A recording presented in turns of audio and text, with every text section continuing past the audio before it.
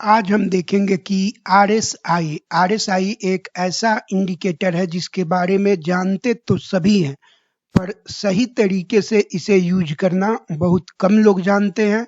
तो आज मैं आपको लाइव एग्जाम्पल के थ्रू बताऊंगा कि किस तरीके से आरएसआई को जो है सही से यूज किया जाता है और कहाँ गलती होती है कि लोग बोलते हैं कि भाई मैं तो आरएसआई यूज करता हूँ पर ये सही से जो है इंडिकेट नहीं करता, सही डायरेक्शन नहीं देता कि कब इंटर और एग्जिट करना है मार्केट में। ऐसा इसलिए होता है क्योंकि हम नहीं जानते कि आरएसआई को यूज किस तरीके से करना है। तो सबसे पहले जो है हम समझेंगे कि आरएसआई होता क्या है, इसकी जो गणना है, कैलकुलेशन है, वो किस तरीके से होता है, और उसके बाद हम देखेंगे कि इसके क्या-क्या कंडीशन है, इसका क्या रेंज है, और फिर हम सबसे लास्ट में 2 एग्जांपल लेंगे। एक वो जहाँ पे हम गलती करके आरएसआई का गलत यूज करके जो है फंस जाते हैं, और जो कि कई लोग समझाते भी हैं हमें कि इस तरीके से आरएसआई यूज करो, जो कि बिल्कुल गलत तरीका होता है। और एक तरीका वो हम सीखेंगे जिसमें आप लाइव एग्जांपल में देखेंगे कि किस तरीके से आरएसआई यूज करके आप बहुत बहुत अच्छा मुनाफा बना सकते हैं। तो लास्ट तक बने रहिए और समझिए अच्छे से कि आरएसआई को यूज किस तरीके से करना है।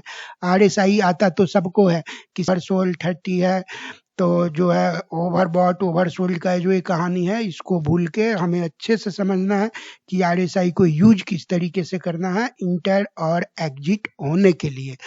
तो सबसे पहले हम ये देखते हैं कि ये जो आरएसआई है ये क्या होता है। तो इसमें क्या होगा कि आरएसआई की गणना, कैलकुलेशन किस तरीके से की जाती है। तो आरएसआई जो है रिलेटिव स्ट्रेंथ को यूज करके कैलकुलेट किया जाता है, और रिलेटिव स्ट्रेंथ का कैलकुलेशन सामान्यतः क्या होता है कि 14 दिन के औसत गणना कैलकुलेशन के आधार पे किया जाता है।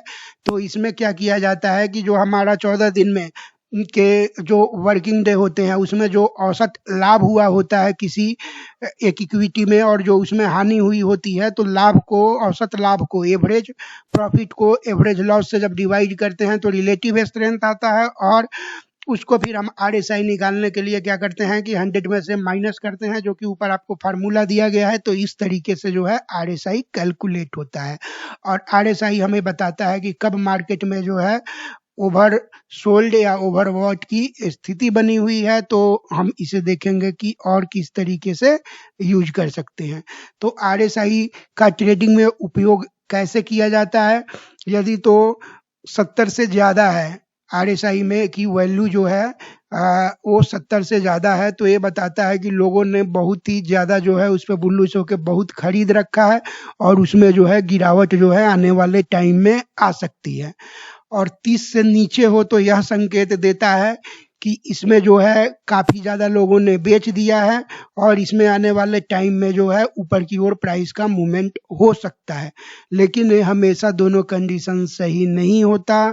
इसको सही से यूज करने के लिए जो है ब्रेकआउट की पुष्टि और कब यूज करना है वो मैं सिखाऊंगा कुछ ही समय में। और आरएसआई को ये जो वैल्यू है 70 और 30, इसके अलावा डाइवर्जेंस के तरीके से एक यूज करने का अलग तरीका होता है, जिसमें हमें देखते हैं कि आरएसआई और जो प्राइस है, प्राइस ऊपर जा रहा है और आरएसआई की वैल्यू नीचे आ रही है, आरएसआई की वैल्यू नीचे आ रही है और प्राइस ऊपर जा रहा है, दोनों विपरीत दिशा में जा रहे हैं। तो इसका मतलब है कि वहां पे भी ट्रेंड जो है वो बदल सकता है। तो ये भी एक आरएसआई यूज करने का अलग तरीका होता है। और ओवरबॉट ओवर सोल्ड 70 या 30 इस वैल्यू के आधार पे करते हैं, तो एक आरएसआई यूज करने का अलग तरीका होता है। तो आरएसआई को हम 2 अलग अलग तरीके से यूज कर सकते हैं, उसके वैल्यू के आधार पे या फिर डाइवर्जेंस के आधार पे। तो डाइवर्जेंस के आधार पे ये होता है कि यदि प्राइस ऊपर की तरफ जा रहा है, आरएसआई नीचे की तरफ जा रहा है, या इसके उलट होता है, मतलब वो दोनों अलग अलग दिशा में जा रहे हैं, डाइवर्जेंस की स्थिति बन रही है। तो ऐसे स्थिति में हमें ये पता लगता है कि जो ट्रेंड चल रहा है वो बदल सकता है। तो आगे हम देखेंगे कि आरएसआई का क्या है कि मूविंग एवरेज एक कई लोग बोलते हैं कि आरएसआई को आप मूविंग एवरेज के साथ जो है यूज करो 50 दिन या 200 दिन के साथ। ये एक बहुत ही गलत तरीका है और इसीलिए मैंने इस लाइन को रेड कर दिया है। ये आपको यूज नहीं करना। क्यों नहीं करना इसे मैं बताऊंगा और ये भी बताऊंगा एग्जाम्पल के साथ दिखा करके कि किस तरीके से इससे आप एक अच्छे ट्रेंड में जब मार्केट ऊपर की जा रहा होता है तो आप उसको कैप्चर नहीं कर सकते। तो होता क्या है कि हमारे पास दो तरीके की कंडीशन बनती है मार्केट में। एक तो जो सिक्योरिटी का प्राइस होता है, जो स्टॉक का प्राइस होता है, वो ट्रेंडिंग होता है। यानी या तो ट्रेंडिंग में क्या होता है कि वो ऊपर या नीचे की तरफ एक डायरेक्शन में जाता है, मतलब कि या तो वो जो मूविंग एवरेज होता है वो ट्रेंड का इंडिकेटर है। तो ट्रेंडिंग इंडिकेटर होने के कारण क्या होता है कि या तो 50-20 डे के ऊपर या नीचे एक डायरेक्शन में जाता है। लेकिन आरएसआई जो है वो ट्रेंड में काम नहीं करता। आरएसआई तब काम करता है जब प्राइस जो है एक रेंज में फंस जाए, मतलब कंसोलिडेशन जोन में हो, कंसोलिडेशन जोन में हो, जहाँ की एक वो बन सकता है, एक अच्छा प्राइस का लेवल बने। प्राइस एक लेवल से ऊपर जाता है फिर नीचे आता है, तो सपोर्ट और रेसिस्टेंस के बीच में ऊपर नीचे जो है प्राइस मूव कर रहा है, ऑसिलेट कर रहा है, तो वहां आरएसआई का यूज करना चाहिए। ट्रेंडिंग मार्केट में आरएसआई का यूज भूल के नहीं करना चाहिए, नहीं तो वहां पे आपको लॉस ही होगा। तो आरएसआई यूज करने का सबसे पहला तरीका ये है कि ये एक ऑसिलेटर का जो है उसका इंडिकेटर है, जिसकी वैल्यू 0 और 100 के बीच में ऑसिलेट करती है। तो इसे तब यूज करना है जब स्टॉक का प्राइस जो है सपोर्ट और रेसिस्टेंस लेवल के बीच में बैक फोर्थ ऊपर नीचे हो रहा है, स्विंग कर रहा है दो लेवल के बीच में। जब ऊपर और नीचे की लिमिट ना डिफाइन हो, ऊपर जा रहा है या नीचे प्राइस आ रहा है, ट्रेंड में है, तब इसको यूज नहीं करना। इसी तरीके से MACD moving convergence and divergence भी एक तरीके से जो है हमारे पास डायरेक्शन के लिए होता है कि तो इसको भी आरएसआई के साथ यूज मत कीजिए। आरएसआई यूज करने का जो है सबसे अच्छा तरीका ये रहेगा कि इसे हम यूज कैसे करें, कि ये मैं एग्जांपल देता हूं। तो इस वाले एग्जांपल में क्या है कि ये वीकली चार्ट है। वीकली चार्ट किसका है? 1 वीक का वीकली चार्ट मैंने प्लॉट किया है। आप भी यहाँ फंक्शन में जा करके प्लॉट कर सकते हैं मूविंग एवरेज। तो मैंने 50 डे का मूविंग एवरेज लिया हुआ है। तो यहाँ पे ये हो गया और नीचे मैंने आरएसआई लिया है। तो आरएसआई के यदि हिसाब से हम देखें यहाँ पे, तो ये जो है 70 की लाइन है, यहाँ पहुंच गया। तो हम तो बोलेंगे कि भाई अब ये तो जो है ओवर बॉट हो गया है और यहाँ भी ओवर बॉट की कंडीशन है, 80 तक चला गया है। तो हम क्या करते हैं, इसे हमें सोल्ड कर देना चाहिए यहाँ पे। लेकिन प्राइस तो यहाँ ऊपर ही गया और यहाँ जो है 1000 का था और यहाँ हो गया है हमारा प्राइस जो 35। तो इतनी बड़ी जो मूव आई है प्राइस में, यदि ओवर सोल्ड कर समझ के आरएसआई इंडिकेटर से हम बेच देते तो ये प्रॉफिट जो है हमें नहीं मिलता मल्टीबैगर का। तो यहाँ पे क्या है, ये एक ट्रेंड में प्राइस जा रहा है और यदि प्राइस 50 डे मूविंग एवरेज के ऊपर ही है तो एक ट्रेंड बना हुआ है।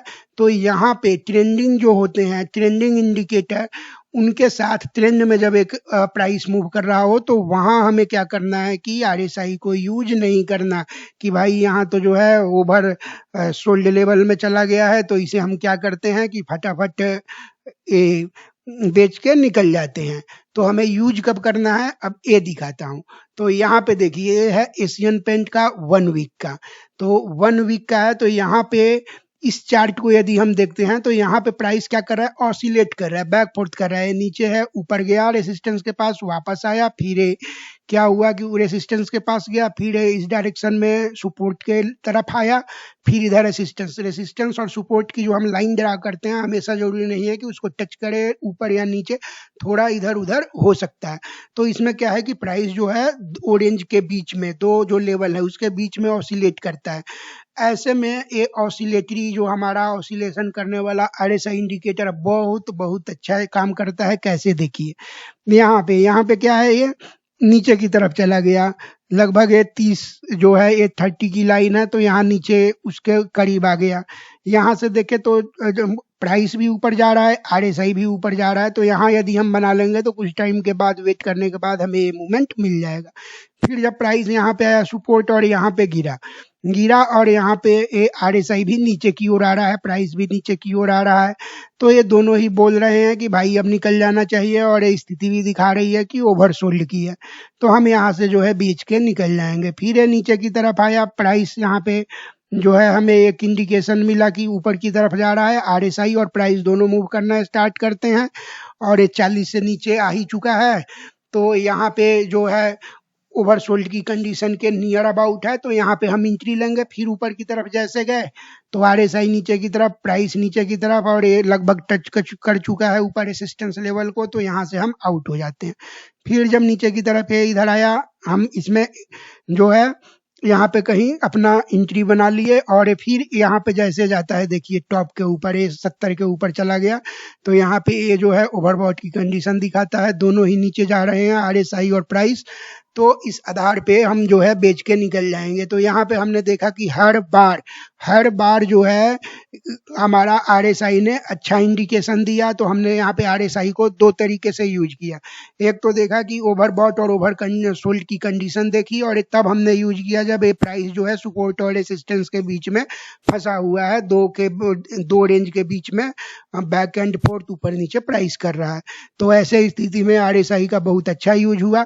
तो कभी भी यदि ट्रेंडिंग मार्केट है अप या डाउन, तो वहां पे आरएसआई का यूज नहीं करना, और जब प्राइस जो है मूव कर रहा है दो लेवल के बीच में, तो वहां पे आरएसआई को दो तरीके से यूज करना है। एक वैल्यू के बेस पे कि 70 के आसपास है तो वो जो है ओवरसोल्ड हो चुका है, और साथ में ये भी देखना है जैसे यहाँ पे कि प्राइस भी गिरे और आरएसआई भी गिरे, तो मतलब हमें अब वहां से निकल जाना है, और फिर इधर भी हम वही देख रहे हैं। तो इस तरीके से यदि इस ऑसिलेशन टाइप का जो ये हमारा आरएसआई का इंडिकेटर है, तो हमारी एक्यूरेसी जो है काफी बढ़ जाएगी।